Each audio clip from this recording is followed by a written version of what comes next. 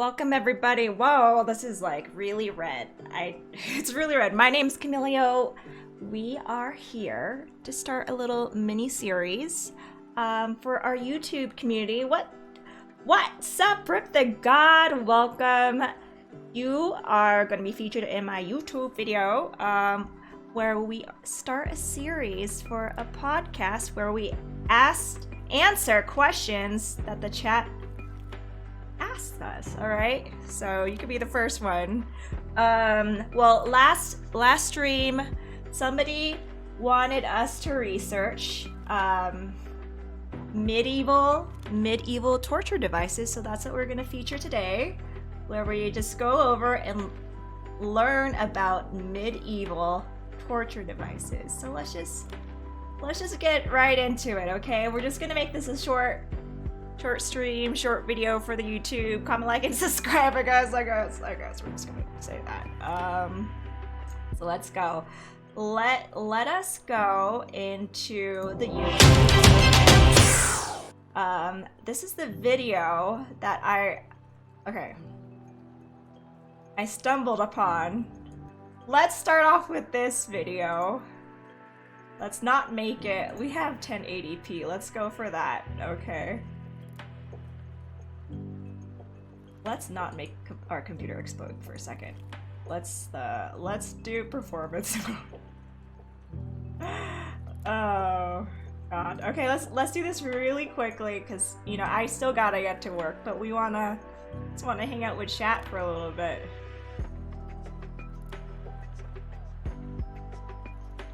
How's the volume? How's the volume on this? Okay. Let's fix our sound for a second. I have too many tabs open. Rip, how you doing? How's it going? Let's turn that off for a second. We'll come back to that music. But the period known as the Middle Ages stands out as one of the most violent eras in history.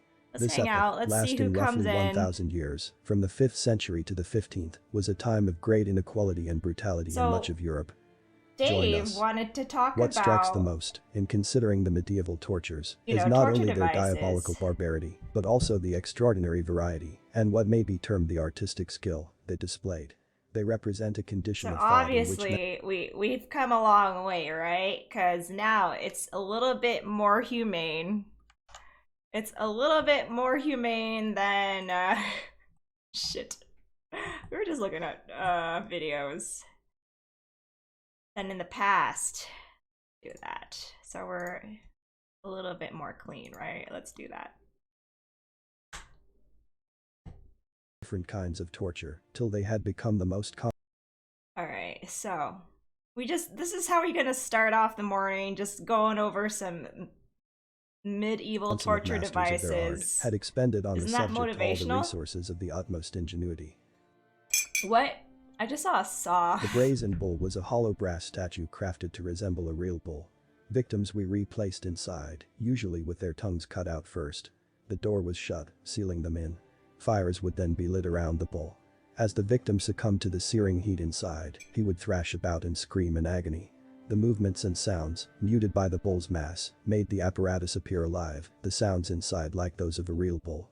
This effect created additional amusement for the audience, Dave? and served the added benefit of distancing them from the brutality of the torture. Alright, so we're answering your question, or the topic that you wanted to go over from last time, which is medieval torture devices. And then we're just gonna hang out for a second, just to see what happens.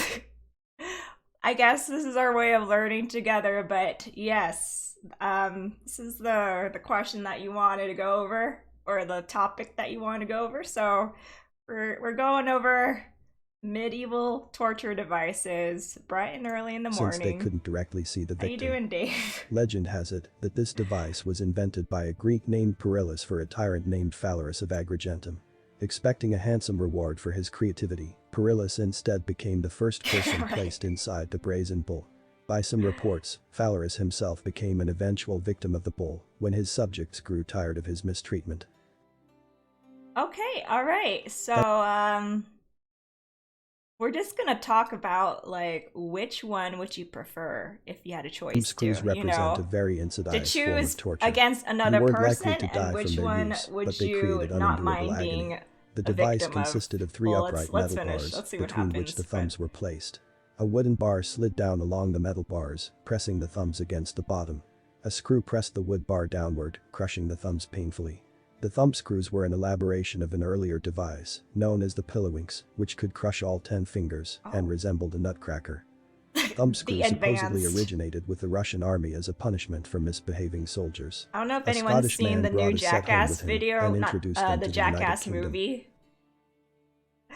A lot of The rack was used throughout Europe for centuries. penises It came in many that forms, video. but here's the basic idea. For sure. The victim is tied down while some mechanical device, usually a crank or turning wheel, tightens the ropes, stretching the victim's body until the joints are dislocated. Continued pressure could cause the limbs to be torn right off. Such torture was known as being broken on the rack, racked, or stretched on the rack.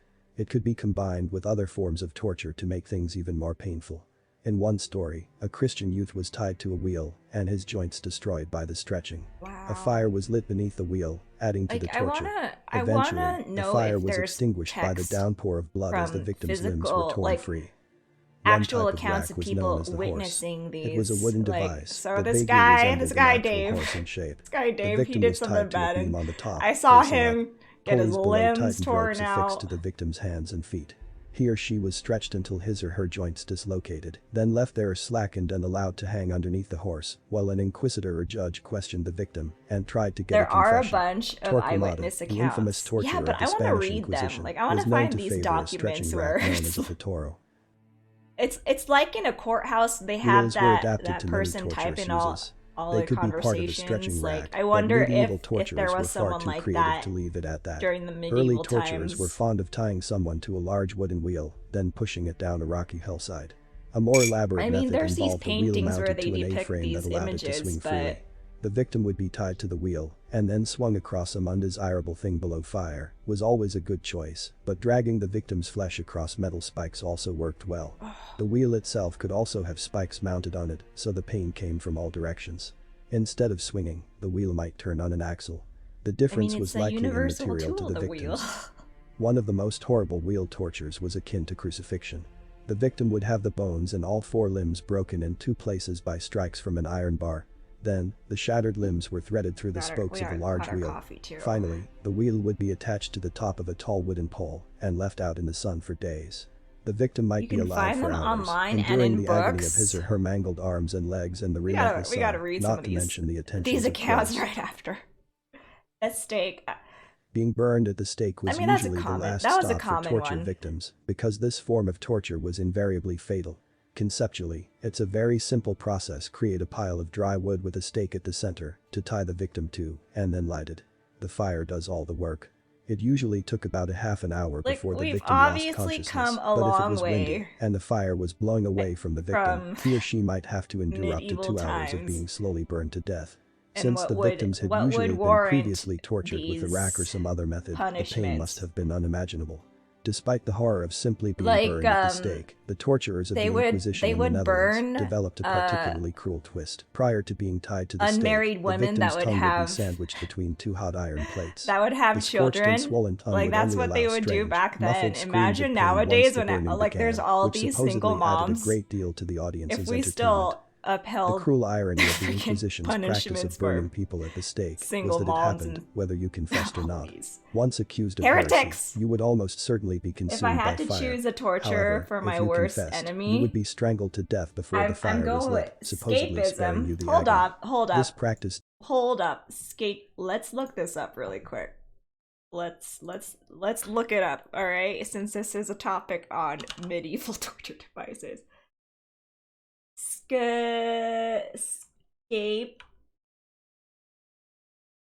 Escapism. Oh, shizzle. Hold on. Wait, eaten alive. Oh shit. Hold on. Escapism. In terms of justice, the ancient Persian Empire could be said to have been harsh but fair. The criminal code included the principle of Lex Talionis, an eye for an eye, tooth for a tooth. Misdemeanors usually warranted fines. You might be branded for slander, and for the worst crimes you'd get the death penalty. On occasions, there was a two strikes rule, meaning someone wouldn't be executed for their first offense. So there you are in ancient Persia, 2 strikes down. You're wondering how the death penalty will be metered out. Will it be suffocation by ashes perhaps? Or maybe having molten gold poured down your cartoony for me. Like I want this to be gruesome. Escapism. I don't want an animation. I want actual yes. Dave would want to be eaten out alive. Alright.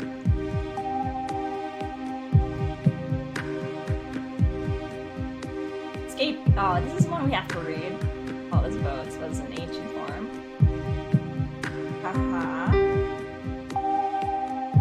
No, these are still drawings. I want actual paintings of the depictions.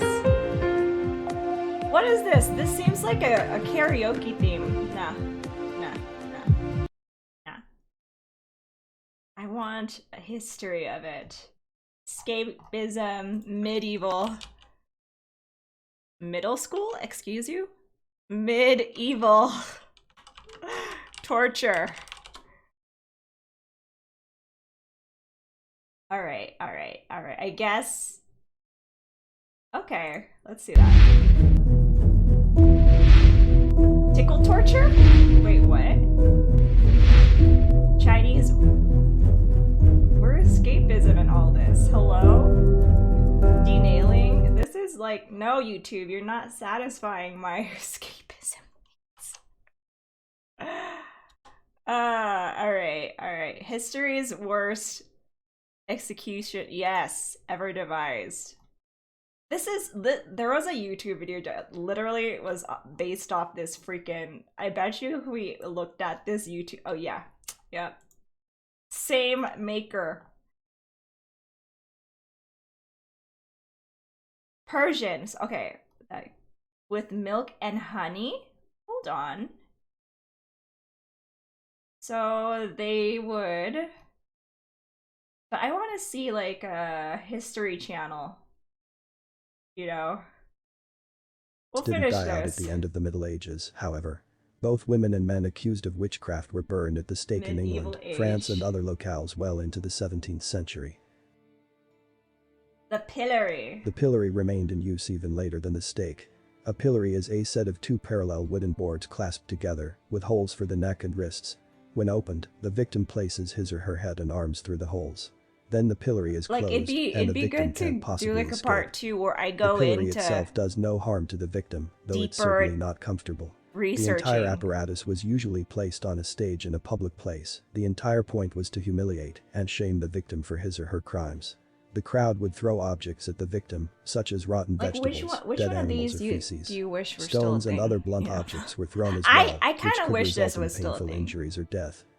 While a spell in the pillory often only lasted an hour or 2, usually during the busiest times of day, its effect really depended on the nature of the crime and the mood of the crowd.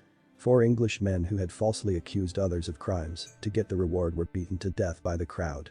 Others who won the crowd's favor by refusing to pay unjust taxes or mocking government officials were showered with flowers or rescued from the pillory outright. For lesser crimes, the victim might instead be placed in stocks, leg irons that restrained the ankles. While the goal of public humiliation was the same, the stocks allowed victims to protect themselves from thrown objects. Sometimes, the vengeful crowd was the least of the victim's concerns. The pillory could be accompanied by other punishments, such as flogging or mutilation. British authorities favored branding the face with a mark of shame, such cutting off one or both ears, or slicing the nose lengthwise. The Iron Maiden is a device so fiendish it was once thought to be fictional. It's an upright sarcophagus with spikes on the inner surface. Double doors open on the front, allowing entrance for the victim. In one example, 8 spikes protruded from one door, 13 from the other. Once the victim was inside, the doors were closed. There, the strategically placed spikes would pierce several vital organs. However, they were relatively short spikes, so the wounds wouldn't be instantly fatal. Instead, the victim would linger and bleed to death over several hours. To add to the abject horror of it all, 2 spikes were positioned specifically to penetrate the eyes. I don't know, like in the all 1800s, of these torture researchers found one in devices a and castle in Nuremberg, Germany, and documented proof of its use later there's surfaced. such a disregard for this reason, life. this device is sometimes and it's kind known of as the ironic Iron Maiden of Nuremberg. Other names included the Virgin and, in German, Jungfrau. A variation found in Spain was made to look like the Virgin Mary and had machinery that, when manipulated, caused her to hug the victim close to her spikes. The Scavenger's daughter was invented by, and named after, a Brit named Skevington. It is alternately referred to as Skeffington's gyves. The apparatus consists of a hoop of iron with a hinge in the middle. The victim was forced to crouch on one half of the hoop, while the other half was pivoted and placed over his back. Imagine being placed into a giant set of iron dentures. The torturer would use a screw to tighten the hinge, crushing the victim further and further into his involuntary crouch. Eventually, ribs and breastbone would crack, and the spine could be dislocated. Shit. Sometimes the compression was so great that blood would gush from the fingertips and face. This tool was used against people accused of high treason during the reign of Queen Elizabeth I of England. The breast ripper. Torturers seemed to reserve special horrors for women.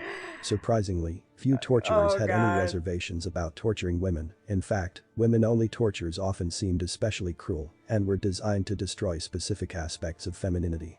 In medieval England, differing torture practices were virtually codified. Male criminals were hanged, while women faced the drowning pits.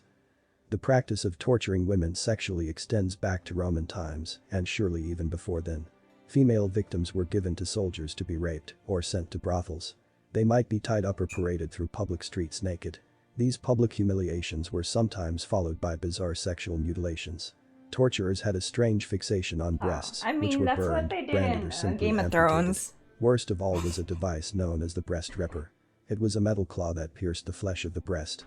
The victim was tied to a wall, and then the claw pulled forcibly away, shredding the breast to pieces. How much of these are, It was used as both a method of punishment and interrogation, to mark the breasts of unmarried mothers and mutilate women convicted of heresy, adultery, and a host of other crimes. A lot of their ideas from this kind of. It's unlikely, but if there could be anything worse than the breast ripper, it is surely the pear of Anguish. This was a pear-shaped device, with the body of the pear made up of 4 metal leaves joined by a hinge at its top and a key or crank on one end. The pear was inserted into the vagina, rectum or throat, depending on the nature of the crime committed. The oral device was reserved for heretics, while the anal and vaginal pairs were used on homosexuals and witches, respectively. Turning the key opened the leaves, causing massive internal damage. The device was rarely fatal, but other methods of torture would usually follow. Also called the Judas chair, this Italian invention was particularly cruel. Using ropes, a prisoner would be lowered above the pyramid-shaped seat with the point inserted into the rectum or vagina. Victims would be tortured by intense pressure and stretching of the orifice, resulting in permanent damage. In many cases, the victim would succumb to rips in the muscle tissue that would later become infected. Weights would be added to facilitate the effect, often resulting in death by impalement. A similar device, called the Spanish donkey or wooden horse, achieved a similar effect. Victims straddled the triangular horse and were forced to place their full body weight on their crotch, which rested on the point of the angle. Wow. This is intense. This torture device was used extensively during the Middle Ages. Victims would be placed onto the chair, which featured hundreds of sharp spikes, followed by the progressive tightening of iron restraints, forcing the spikes deep into the flesh. I wouldn't this wish could go that on on for anyone. Hours, sometimes days. The spikes did not penetrate vital organs and blood loss was minimized, at least until the person was released from the chair. I mean, this one followed. seems kind of tame. The iron chair was often used as a psychological I don't know if anyone's been watching torture. AEW or Victims pro wrestling, would but they often like confess to after throw being forced to watch other thumbtacks in the prisoners ring. being tortured by the device. But I don't know why that just came into my head when. Rats have also been employed to perform This one, torture. yes. There were many this variants, what but a Dave, common technique was to force a Scafism. starving rat through a victim's body, usually the intestines, as a way to escape. To make it work, prisoners were completely restrained and tied to the ground or any horizontal surface. A rat was then placed on the stomach covered by a metallic container, which was gradually heated. The rat began to look for a way out, which inevitably meant through the victim's body. Digging through the body usually took a few hours, resulting in a painful and gruesome death. Popular during the Inquisition, this device consisted of 2 spiked wood blocks which were placed in front of and behind the knee. The blocks, which were connected by 2 large screws, would be turned and made to close towards each other, destroying the knee underneath. That's different? The technique would render the knees useless. The number of spikes on the blocks varied from 3 to 20, often depending on the nature of the crime and the status of the prisoner. If you enjoyed the video you watched, that was more like a disfiguring one, but I mean, I'm not a fan of the pair, the Judas Cradle. The Judas Cradle. Look at this picture. Shit. Damn. All right. Escapism. All right. Let's find another depiction of escapism. Murder with friends. Okay. Hopefully this is our. But what's with these like? What's with these? I don't know. This better. All right. Hello and welcome to Murder with Friends, the show where friends get together and talk about the darker sides of history. I'm your host, Grace Baldridge, and today I'm joined by some of my favorite friends who've been on this show before to do another campfire episode. Can you just show for this week is torture and execution. Can you just show me what escapism is with pictures? All right. I guess we'll just deal with this one, right? We'll just deal with this cartoony one. In terms of justice, the ancient Persian Empire could be said to have been harsh but fair. The criminal code included the principle of Lex Talionis, an eye for an eye, tooth for a tooth. Misdemeanors usually warranted fines. You might be branded for slander, and for the worst crimes you'd get the death penalty. On occasions, there was a 2 strikes rule, meaning someone wouldn't be executed for their first offense. So there you are in ancient Persia, 2 strikes down. You're wondering how the death penalty will be metered out. Will it be suffocation by ashes perhaps? Or maybe having molten gold poured down your throat, as what might have happened to the Roman Emperor Valerian? It's hard to say which would be worse, but today we think we have a Persian punishment that was the most brutal of them all. While the ancient Persians did have strict laws pertaining to matters of justice, as we said, that at times didn't stop them from being tremendously brutal. We'll give you a few more examples before we get to possibly the worst punishment of them all. Take, for example, the death of a Persian judge called Sisamnes.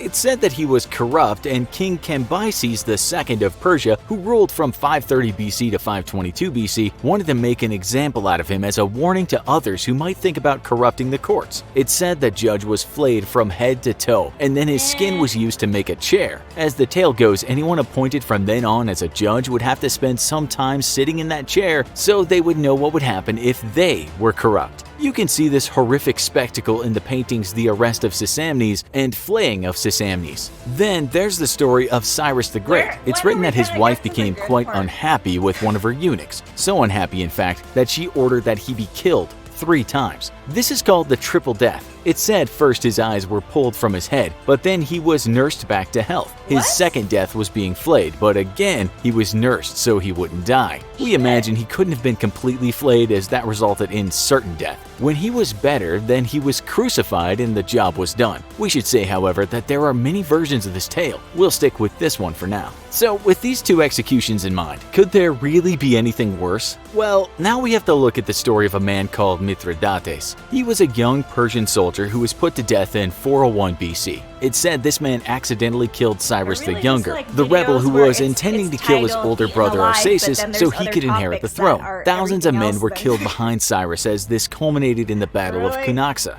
Cyrus's army got the upper hand after charging Artaxerxes' army. All was going well. The throne was in his sights. Cyrus then went to attack his brother's personal bodyguard, and then, oops, out of nowhere, a javelin just hit him and killed him on the spot. This was a huge setback for the rebels, and they all retreated. Their future king was dead. It was over. We know this because the story was recorded by the Greek biographer Plutarch in his essay The Life of Artaxerxes. Another Greek writer called Oh my Lanta? Why did we pause? Hold on. Theseus told Plutarch of the fate of the man that accidentally killed Cyrus.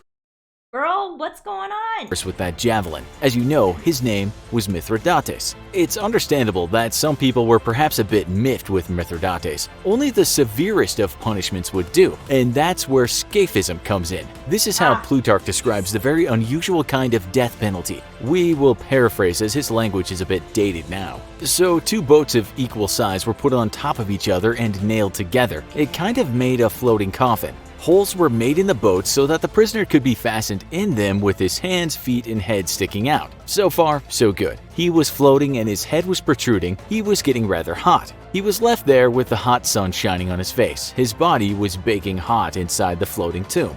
Then they force-fed Mithridates milk and honey, and in good-sized portions too. They also covered his face with the stuff. Soon, his honey-covered face was covered in flies that were feasting on him and the honey. He was then force-fed more and more until his belly was distended and he had produced quite the pile of excrement. At this point, as Plutarch said, creeping things and vermin spring out of the corruption and the rottenness of the excrement. These things entered Mithridates' bowels while his flesh was slowly being eaten too from the outside. This slow devouring by insects and vermin, it said, lasted 17 days. At that point, poor young Mithridates, with the bad javelin shot, was eaten alive. There was another description of this by a 12th century Byzantine chronicler called Jonas Zonaras. It's really the same story, but I'm just curious, why would you choose, like, what about escapism appealed to you the most?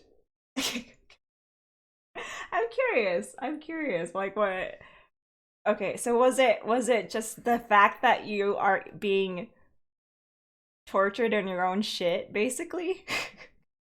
I just want to know. Eaten alive. There was another description of this by a 12th century Byzantine chronicler called Jonas Zonaras. It's really the same story, but he embellished the tale somewhat. This is the conclusion word for word in translation. Flies, wasps, and bees, attracted by the sweetness, settle on his face and all such parts of him as project outside the boats, and miserably torment and sting the wretched man. Moreover, his belly distended as it is with milk and honey, throws off liquid excrements, and these putrefying breed swarms of worms, intestinal and of all sorts. Thus the victim lying in the boats, his flesh rotting away in his own filth and devoured by worms, dies a lingering and horrible death. But is that it? Just one case of Scafism throughout history? Well, it seems like the one case everyone talks about is the one we just described. Although most sources call Scafism an ancient form of punishment as if it happened time and again. We did find an excerpt from a book called The History of Christian Martyrdom. In that book, it's written that a bishop called Marcus in 363 AD destroyed a pagan temple and then erected a church. This didn't go down well with the Roman Emperor Julian the Apostate. It's written that as punishment, he took Marcus and hung him up in a basket and left him there to be feasted on by insects. But this seems like a case of dying in the hot sun rather than hardcore Scafism.